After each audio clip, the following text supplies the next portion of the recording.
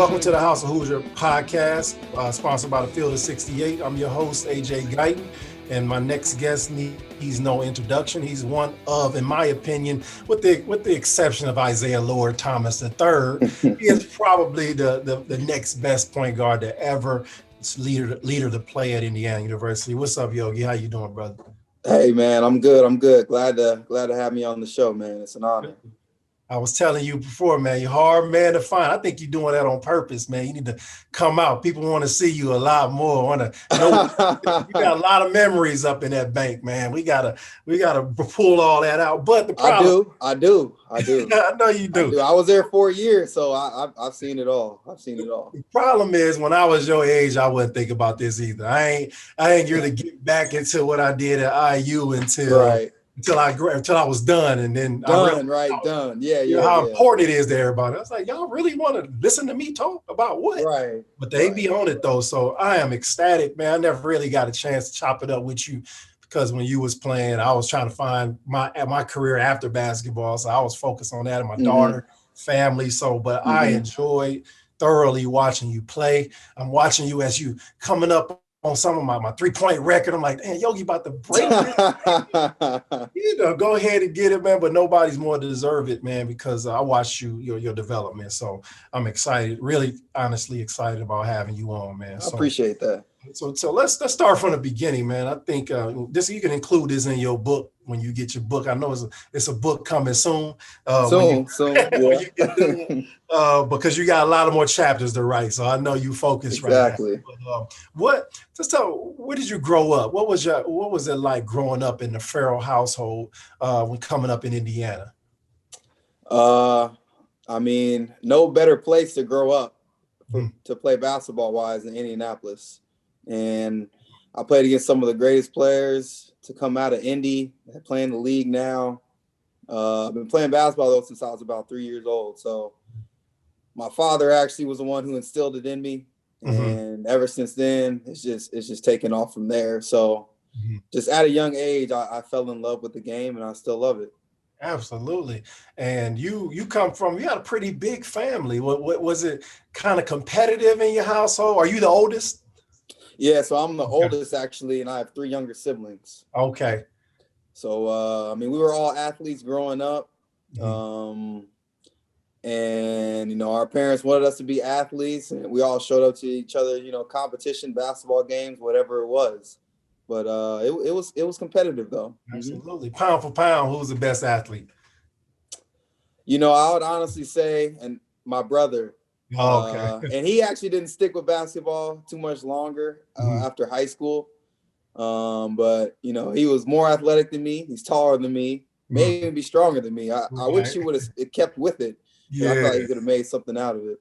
Absolutely. I think you did enough for the whole family, though. Hey, so tell me what's your dad's name? Kevin Ferrell? Yeah, Kevin Ferrell Sr. So I'm a junior. How did he instill that love for the game in you? What's your earliest memories of him putting that game inside of you?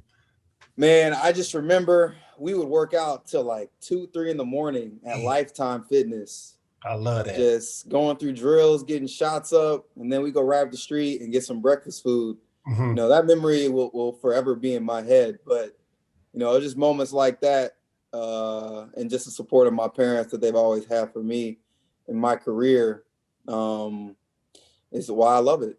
Absolutely. And you got a strong mother figure in your home as well. What characteristics did you take from each parent? Well, I mean, from my mom, she was actually a foster child. So she didn't really have the support of her family as well as, me and my siblings have had.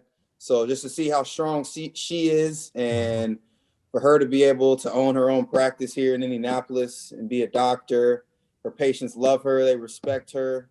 I try and instill that for myself, just being a great character guy, whatever team, whatever organization I go to, just being a character guy that shows up every day, works hard. And my pops, he, before the COVID happened, he had his own cleaning business, but it had to go down because, the building started shutting down. But, he'd been doing cleaning for a while. Yes, and he'd be working hard till 7, 8 in the morning, cleaning buildings.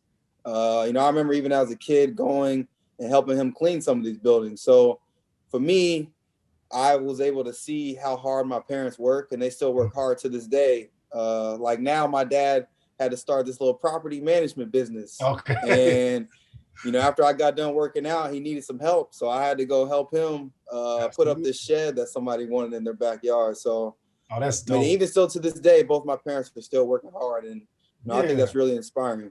That's dope. And I don't think people understand it just because you make it to the NBA, make some money, that your parents don't want to start living off of you. You know what I mean? They have the values in them that to keep working because, you know, all these careers are short lived. You never know what's going to happen. And to establish those businessmen, shout out to Kevin Ferrell Sr., man. That's big time. And what's the name of that cleaning business? We want to plug that. So when they get back, hey, that's what it's about. Ferrell Property Management. Okay, let's get it. All right. So shout out to him, man. And we all appreciate that. Yeah, no doubt. No doubt. That's what this is about, man. And people want to know like what was happening, because now it's so commercialized. You know, everybody got they want to put all the, and I love this about you. I try to follow you. Ain't follow me back on Twitter. I try to follow you. But you might didn't recognize them. I'm gonna give you a pass. Okay. I got you after this. I got you. but all you see is people posting workouts and all this stuff. And it's like when you're putting in real work, you don't have time for a camera. Like you're not thinking about is the camera on but you know, that's the system. But being 2 and 3 o'clock in the morning and working, that's what you remember, because that's what enables you to be the NBA guard you are. That's a heck of a message, for real. You were also ranked. It was funny because I saw you was ranked the #1 fifth grader in the nation. Right. How did you handle that without getting a big? Because I know if I was in the 5th grade and they told me I was #1, I probably wouldn't have made it to high school because I'd have been so arrogant about it. I mean, I did get a little bit of a big head. Right. I think it was really cool. You know, I don't know why they rank kids so young. Right. But I remember that was the first time I was putting the newspaper, the Indianapolis Star, and I was on the front page. Right, man. How was that? I know the lady count went up for a couple of weeks. I mean, I'm not sure, but you know, after 5th grade, that's when I went to a private school actually. Oh, you did? Okay. And went to Park Tutor. So that transition of going there's a little bit of a buzz going around that, you know, the #1 5th grade nation is coming to our school basketball player. But I mean, it was really cool though at the time. That's cool. Hey, that's dope, man. That's something that's something that I laughed at when I saw that, because like you said, how can you rank 5th graders? It's got to be 10, 15 million 5th graders out here. Right, exactly. And, but that's awesome, man. And then you went to Park Tudor High School.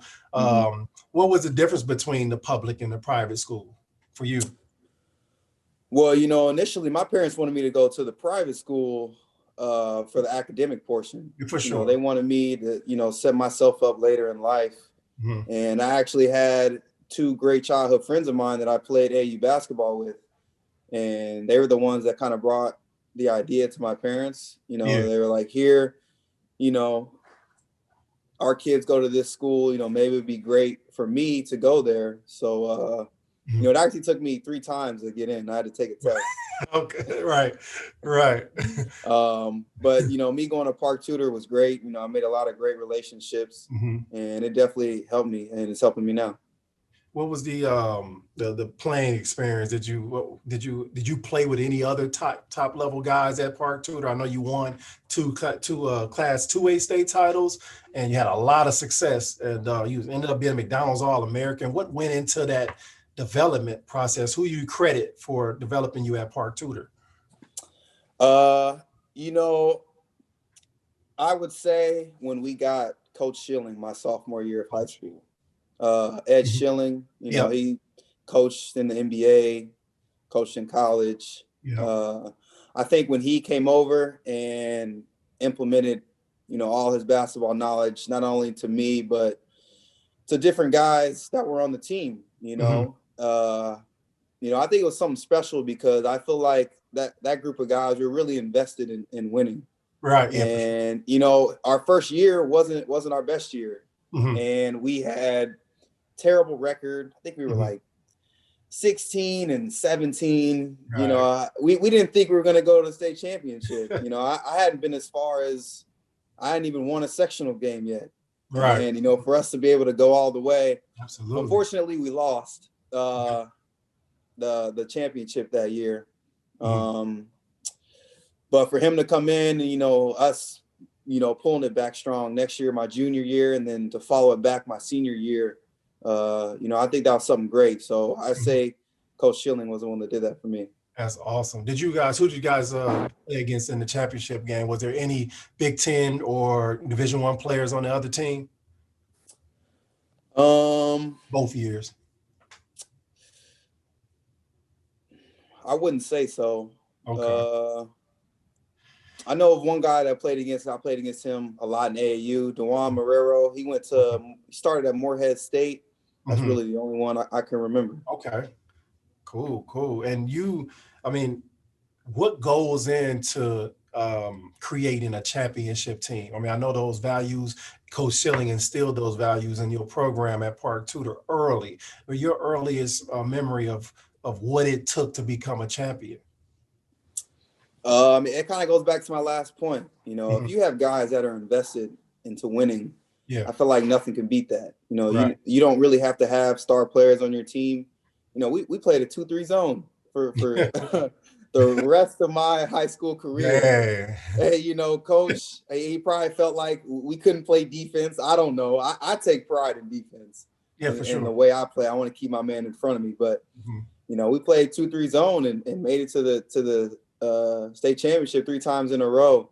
But we just had guys that were invested, guys that knew their roles. You know, Coach did a great job of letting us know what he wanted from us, and we just went on the court and executed it. Right.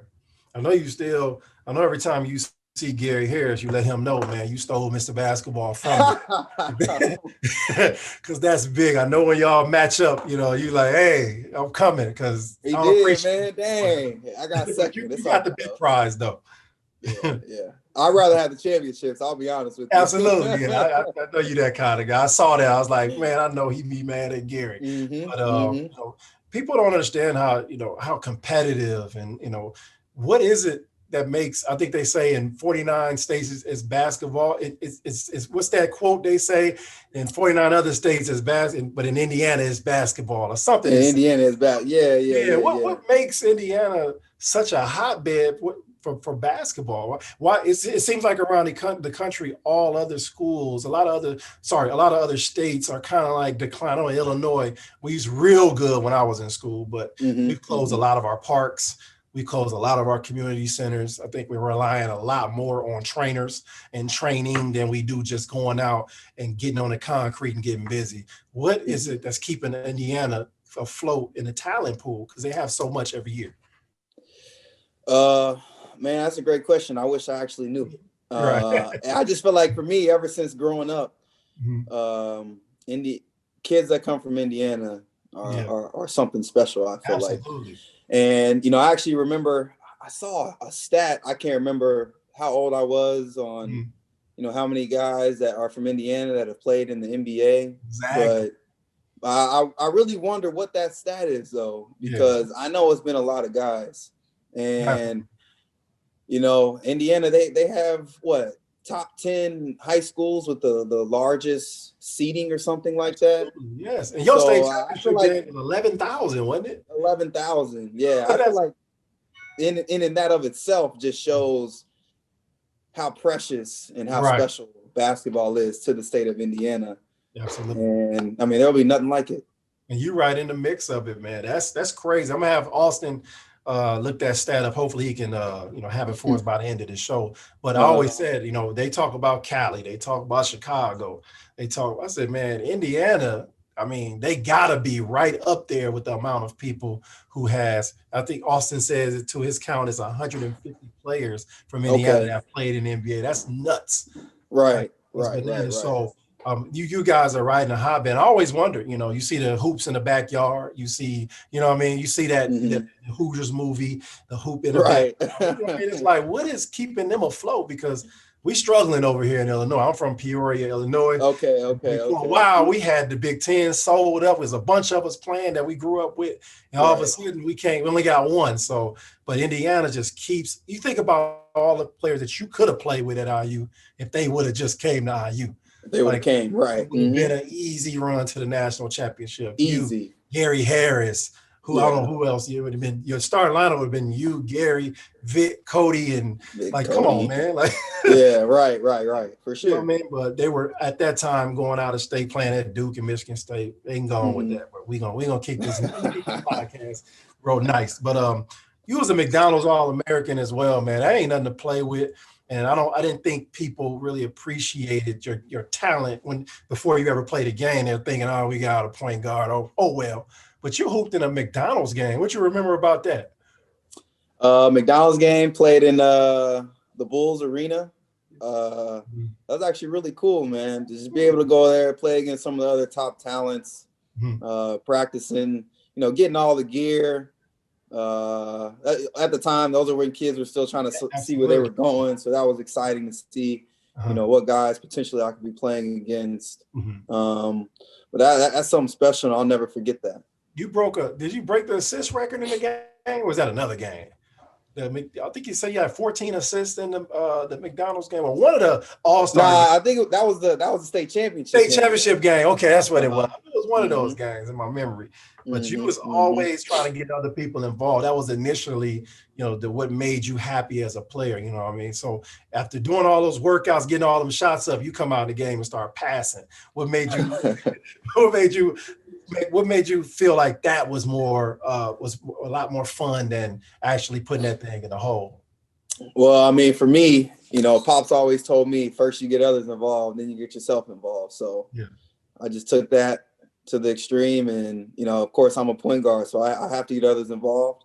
Absolutely. And that not only makes me look good, but that makes them look good as well, and it makes our team look good, and chemistry gets better, and it just skyrockets from there. Was your dad a hooper? I mean, a little bit. Let's give him his moment in the sun right now. Let's let him shine real quick. How tough was Kevin Senior? He probably could have told you he could have played in the NBA too, man. Absolutely. He only played till high school. That's it. Oh, okay. So he's like, know what? I'm gonna turn this attention to my son. Yep. Gonna get it right. That's good. Where did he get his knowledge and his training ability from? Like, where did that come from? I mean, for him, I don't even know where it came from. I'll be honest with you. It could have went either way, huh? It could have went, It could have went either way. I don't know, but I was gonna listen. That's for sure. Once again, shout out to Dad, man. It's always somebody that comes in our lives that gives us that spark and that work ethic. I think that's most important. So you had the outstanding high school career ended with a McDonald's All-American, showing you, and then you're starting to. I mean, I'm sure if you're sophomore, junior in high school, you started to get recruited. So what made you? Who was the first person, assistant coach from IU, to reach out to you and start recruiting you in Indiana? It was Tom Buckley. Tom Buckley. Shout out Tom Buckley, man. I miss him. Yeah. Definitely. Yeah. Still talk to him to this day. Sometimes I see him. They didn't have it this year, but I'll see him in summer league. Okay. Because I think he's out there, scouting, recruiting, doing what he does. He was probably the first coach to reach out to me. Mm-hmm. What was that conversation like? What was your reaction to that conversation? I mean, it was cool. And even before, I actually didn't even see myself at IU. Absolutely. Okay. That's surprising. Yeah. Yeah. Because my dream school was North Carolina. Oh, man. Because of Ty Lawson and Hansborough, when they won that championship, man, I was like, hey, look. We almost lost you to UNC. That's that, man. I don't think they'd ever forgave you to went to UNC. They might not have. They would have never. We would have had this conversation, but nah, you're right. They definitely wouldn't have. But I mean, for him to reach out, I thought it was cool, and I took a lot of visits to IU. I remember playing in a couple open gyms, and I feel like what really solidified my decision was Cody going there. Okay. And, I wanted to play with him because I know he's super talented. Absolutely. And he's a beast.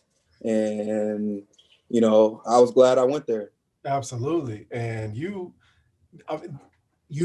cold when somebody asks you, who was the first person called you at IU, and how did it go? You like, man, it was cool. I would have jumped through the roof, fam. Like, it was like when the IU called me, I'm sitting on St. Louis. I'm sitting on Michigan State was gonna redshirt me, so I was like, nah. Yeah. And then I think it was Missouri was gonna redshirt me. So when Indiana called, I'm through the roof, and you like, man, it's cool. It was cool. Well, I told you it wasn't my dream school. It wasn't. It wasn't. But that's when you were McDonald's All-American and you got Carolina. Like I'm sure, was Carolina recruiting you at the time? They actually weren't. No, oh, they wasn't. Okay. Who was recruiting? That you? was more of like a childhood, Okay. dream. I got you. Who was your top 5 schools? Who did it come down to? Or well, 3 if you had 3, or however many you had. It came down to Indiana, Michigan. I remember Butler was in there. Mm-hmm. I remember Florida was in there, and who else was in there? Oh, Notre Dame. Okay, so it was a possibility you and Trey Burke could have been in the backcourt. I would actually say Michigan was number 2. Michigan was number 2. Coach Beeline, I really like him, and I actually got a chance to play under him when I went to play for the college USA team, and we went to Russia.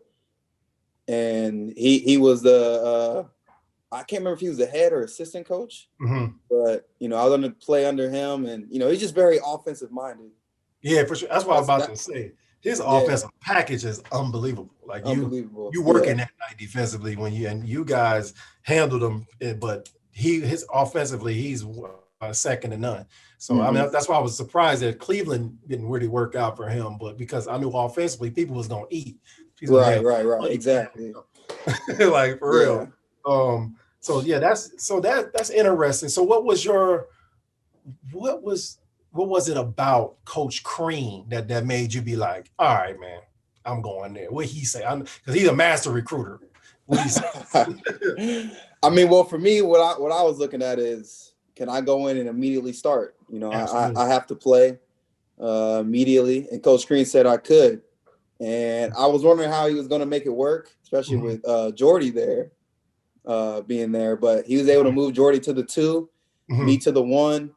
And you play with Jordy. Dang. Yeah.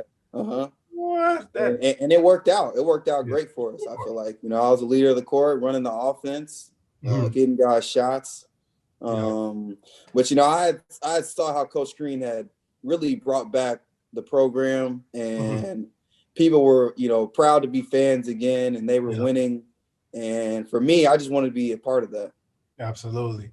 And he's a master recruiter. I mean, he's a master player, a development of players. So, he brought a lot of magic. I tell people that all the time. It kind of went in sections, Samson, Davis, Samson, and then him. It went in sections, but he was the one who cleaned house and got the magic back in IU and got the fans to believe it. He's definitely, and I don't know how he feels, but he deserves all the credit for that, and and appreciation for that. When he retires, it should be something special done for him at IU as well, because that's hard to do. I agree with that.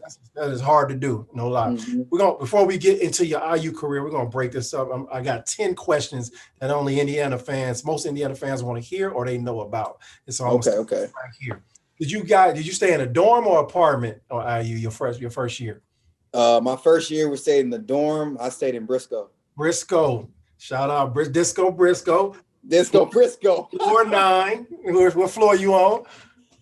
I think I was only on like the 4th floor or something. Yeah, it was hot as hell up there on 9, bro. Like, did they have air conditioning when you played? Yeah. They had air conditioning. They like renovated, I think. Okay. The year before my class went in there. We had the hot as hell disco, man. We was up on floor 9, baking from.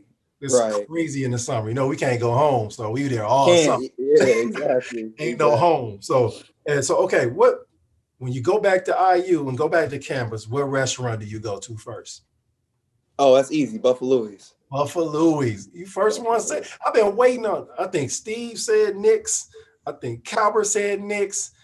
I thought it was Buffalo because that's Buffalo. Shout out to Knicks English Hut too, but yeah, Brett want to give me some wings. That's just some wings, man. The sauce, the sauce. Okay, thinking back to your Big Ten days, who was the toughest matchup for you? What you want, team wise or player wise? Individual player. Individual player. I mean, it definitely was Trey Burke. Trey Burke, yeah. Trying to guard him, he can get any shot he wants to from anywhere. I would say he's probably the toughest matchup. Definitely. Most memorable game. Most memorable game for me is when we played North Carolina my freshman year, and that was actually the first time being in a game where I couldn't even hear my teammates standing right next to me talking to me on defense. I mean, I can't even hear them because it's so loud in there. That was at Assembly Hall? That was at Assembly Hall, yeah. You got the dub? Oh, yeah, we beat them by 30. Oh. That was the Big Ten ACC Challenge. Oh, okay. Yeah. Now I know what that game was special to you. I ain't know why I was. Now I know why I was special to you. Yeah. I'm not gonna say a loss. There's no right. Definitely. Okay. Toughest place to play in the Big Ten. Toughest place to play? I would actually toughest place to play. It might be Michigan State. Michigan State. Mm-hmm. Everybody. Steve said that. Calvert said that. I said that, but I'll tell you what's the sleeper is Wisconsin. Okay, Wisconsin is a sleeper because I haven't won in Wisconsin.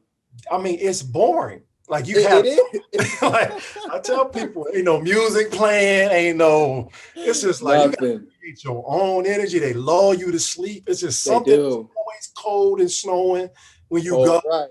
And it's just they put you. Then they come out and hack the hell out of you. And the offense is so slow, so methodical. Absolutely. Okay. Did you win at Purdue? Yeah, I won at Purdue. Okay, good. Yeah. Okay, most memorable Tom Crean moment. Most memorable Tom Crean moment. Where he did some crazy or some funny or something that you was like, dang, coach.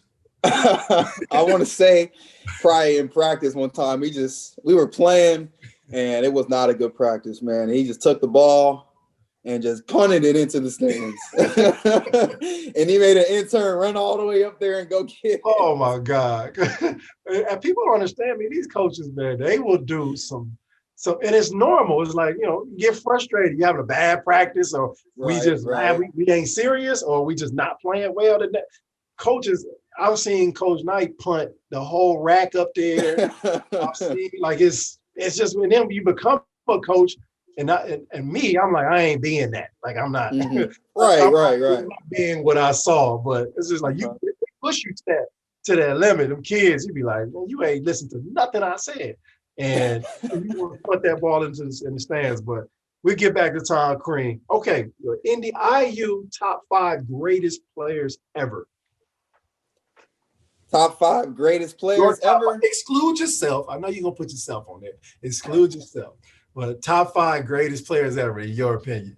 Gotta go Calvert, man. Of course. Yep. Big Ten all-time leading scorer still to this day. Yep. I'm gonna go Calvert. I'm gonna go Isaiah Thomas, man. He was something special. He did something special there. Mm-hmm. I'm gonna go Victor.